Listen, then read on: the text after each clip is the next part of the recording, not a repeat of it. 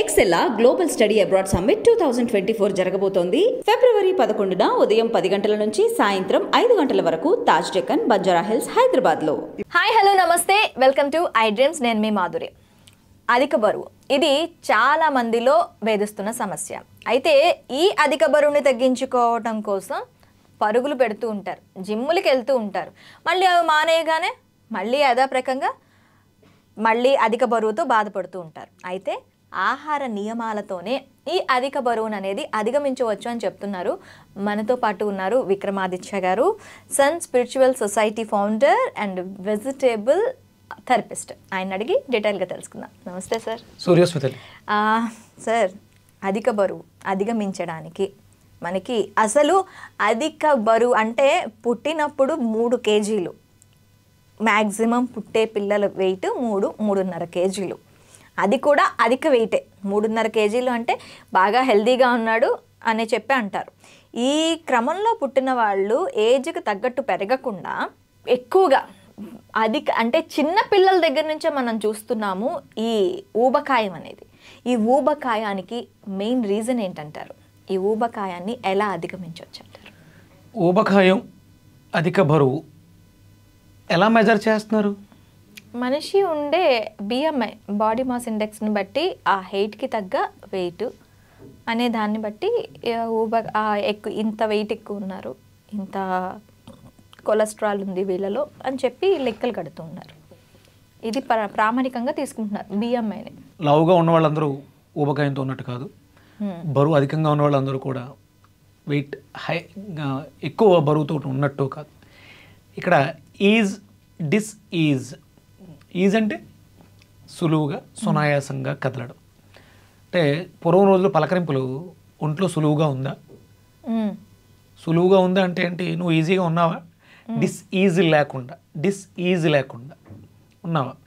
అది ఎలా ఐడెంటిఫై అవుతుంది అంటే, ఇప్పుడు మనం బిఎంఐ గురించి మాట్లాడుకుంటున్నాం. ఇదంతా మెడికల్ టెర్మినాలజీ. మనకి దీనికి పూర్వం, మెడికల్ టెర్మినాలజీ లేనికి పూర్వం వాళ్ళు కాయము అంటే శరీరం, దానికి తగ్గట్టుగా పని, ఇవన్నీ ఉండేవి. కాయ కష్టం చేసేవాడు అంటే శరీరంతో, కాయంతో కష్టం చేసేవాడు ఆరోగ్యంగా ఉండేవాడు. ఇప్పుడు కాయ కష్టం జరుగుతుందా? కాయానికి కష్టం ఉందా? లేదు. అనేది స్విచ్ అన్నీ మనం పాడు చేసేసాం.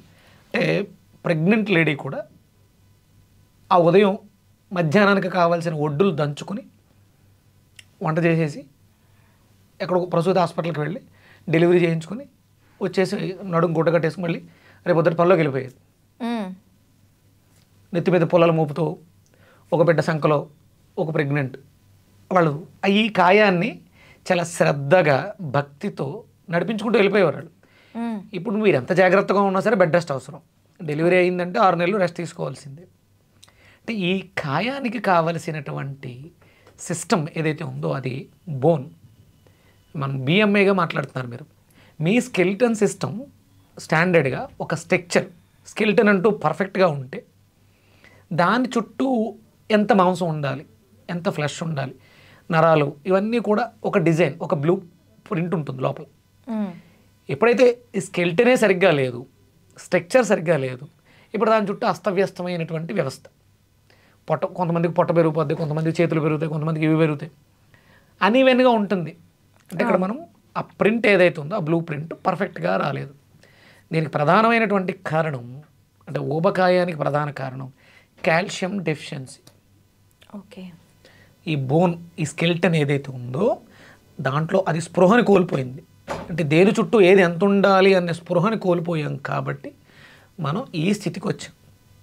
ఇప్పుడు మీకు అర్థమైపోయి ఉంటుంది, ఒబిసిటీ తగ్గాలి, ఒళ్ళు తగ్గాలంటే ఏం కావాలి? Calcium deficiency. ఎక్కడుంది అది? బోన్స్లో. ఆ బోన్కి స్ట్రెంగ్త్ ఇచ్చే విటమిన్ ఏంటి? Vitamin D. పొద్దుటే లేస్తున్నావా? లేదు. ఎవరైతే సూర్యోదయానికి పూర్వం నిద్రలేస్తారో వాళ్ళు, అంటే ఆ సన్ ప్రొటెక్షన్ తీసుకుంటారో, సన్ బాత్ చేస్తారో, విటమిన్ డి వస్తుందో, బోన్స్ పర్ఫెక్ట్గా ఉంటాయో వాళ్ళందరూ కూడా చాలా హ్యాపీగా, హెల్తీగా ఉంటారు. దీనికి విరుద్ధంగా ఎవరైతే ఉన్నారో వాళ్ళందరూ కూడా అడ్డంగా పెరిగిపోయి ఊబకాయంతో డిసీజ్గా జీవితాన్ని లాగించేస్తూ. ఓకే, మరి ఇప్పుడు మీరు సన్ బాత్ ఇవన్నీ చెప్తున్నారు, మరి ఆహార నియమాలకు సంబంధించి కూడాను మనకి ఈ ఊబకాయానికి సంబంధించి కొన్ని ఆహారాలు తీసుకోకూడనివి ఉంటాయి, తీసుకోవాల్సినవి కూడా ఉంటాయి. మరి వాటి సంగతి ఏమిటి? అదేనమ్మా, నేను ఒక స్పృహ అన్నాను, నాలెడ్జ్.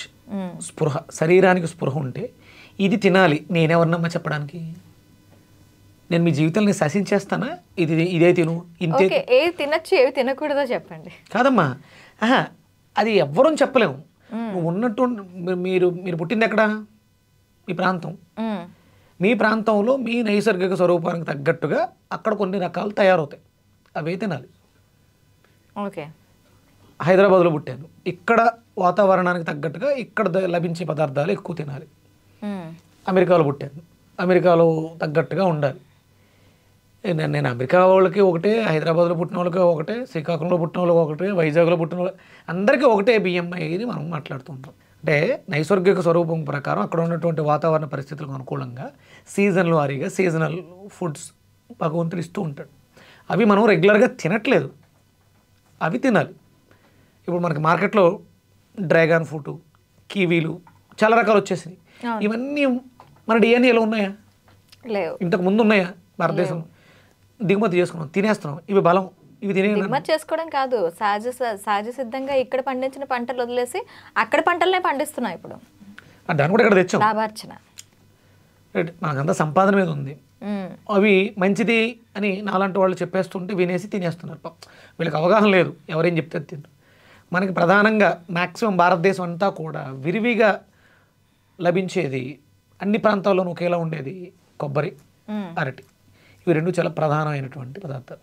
అంటే ఇది ఎందుకు మాట్లాడుతున్నానంటే, మీరు వెయిట్ తగ్గడానికి, మీ కాల్షియం బాగుండడానికి, ఊబకాయం తగ్గడానికి కొబ్బరి బాగా ఉపయోగపడుతుందని చెప్పడం.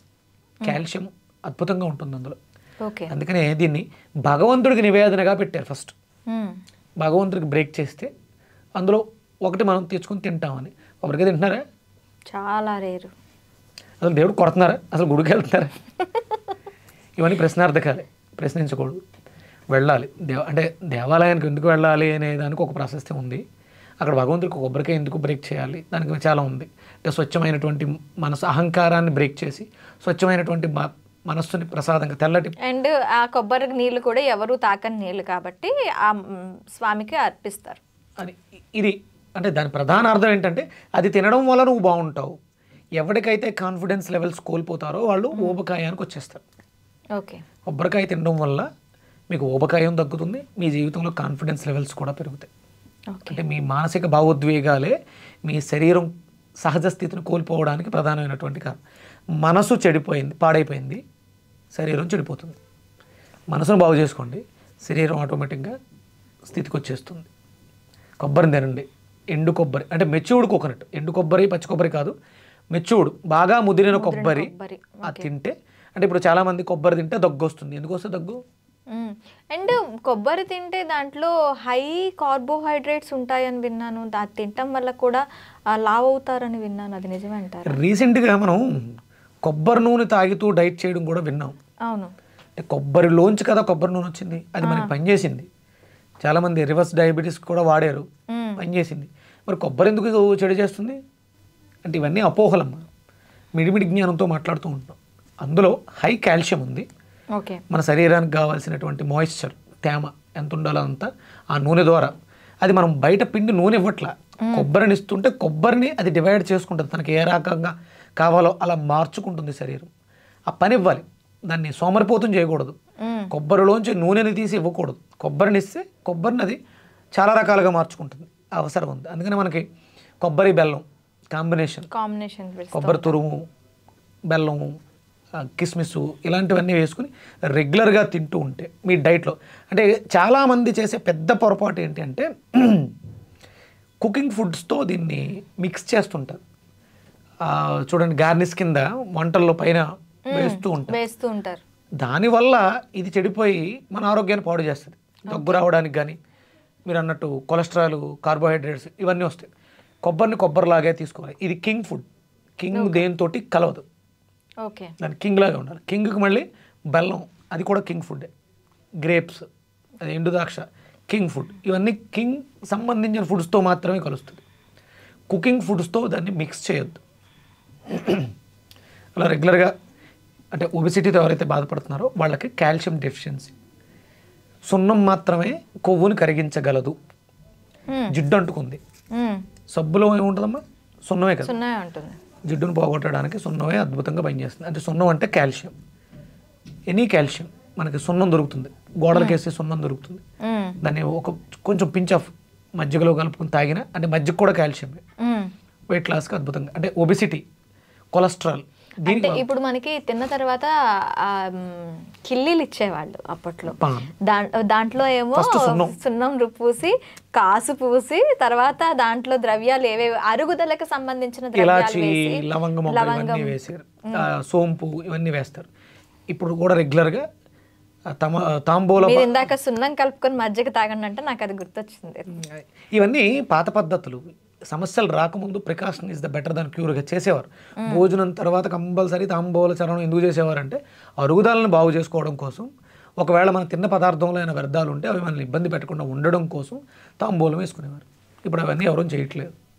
తాంబూలం అంటే కేవలం ఏదో ఇంటికి ఎవరో వచ్చారు వాళ్ళకి గెస్ట్కి ఓ జాకెట్ ముక్క తాంబూలం అంతే. తాంబూలం అనే దానికి అర్థాన్ని మార్చేసారు. రెగ్యులర్గా తీసుకుంటే ఒబెసిటీకి అద్భుతమైనటువంటి పరిష్కారం.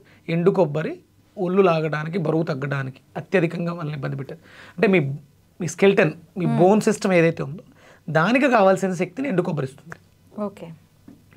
ఎండు కొబ్బరి కానీ నార్మల్గా బాగా మెచ్యూర్డ్ అంటే ముదర కొబ్బరి కానీ తీసుకోవటం వల్ల కంప్లీట్గా మనకి ఊబకాయానికి స్వస్తి పలకొచ్చు అంటారు. పలకొచ్చు. రెగ్యులర్గా మన డైట్లో ఉండాలి. దాన్ని దేంతో మిక్స్ చేయకూడదు. బ్రేక్ఫాస్ట్లో ఒక 100 grams చిప్పపెట్టేసుకోవాలి అంతే, అదే బ్రేక్ఫాస్ట్. అలాగే మధ్యాహ్నం హ్యాపీగా మంచి లంచ్, ఈవినింగ్ ఒక గ్లాసుడు పాలు.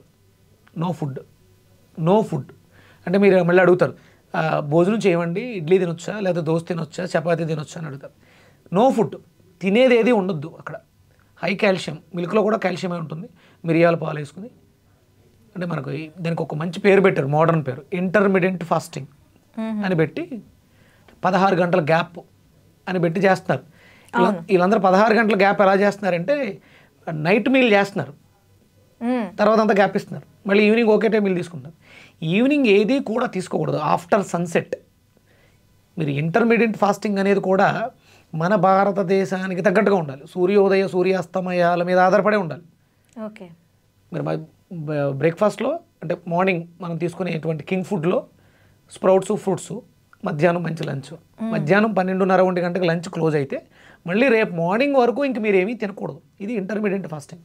ఓకే. ఇంటర్మీడియట్ 1 మీల్ ఫాస్టింగ్ అని చెప్పేసి అని మీరు 9 గంటలకి నైట్ 10 గంటలకి మీల్ చేసి మీరు దీన్ని చేసినా మీ సిస్టమ్ పూర్తిగా కొలాప్స్ అయ్యి మీ జీవితం నాశనం అవుతుంది తప్ప ఇది మీకు ఏ రకంగానూ ఉపయోగపడదు. ఓకే. ఇంటర్మీడియట్ ఫాస్టింగే కానీ ఇండియన్ స్టైల్లో ఉండాలి.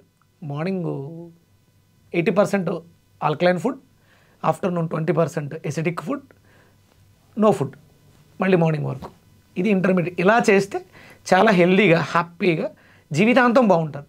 ఇది మనం ప్రత్యేకంగా ఏం చేయక్కర్లేదు, మన జీవన శైలిలో అది ఒక భాగం అయిపోతుంది. ఓకే.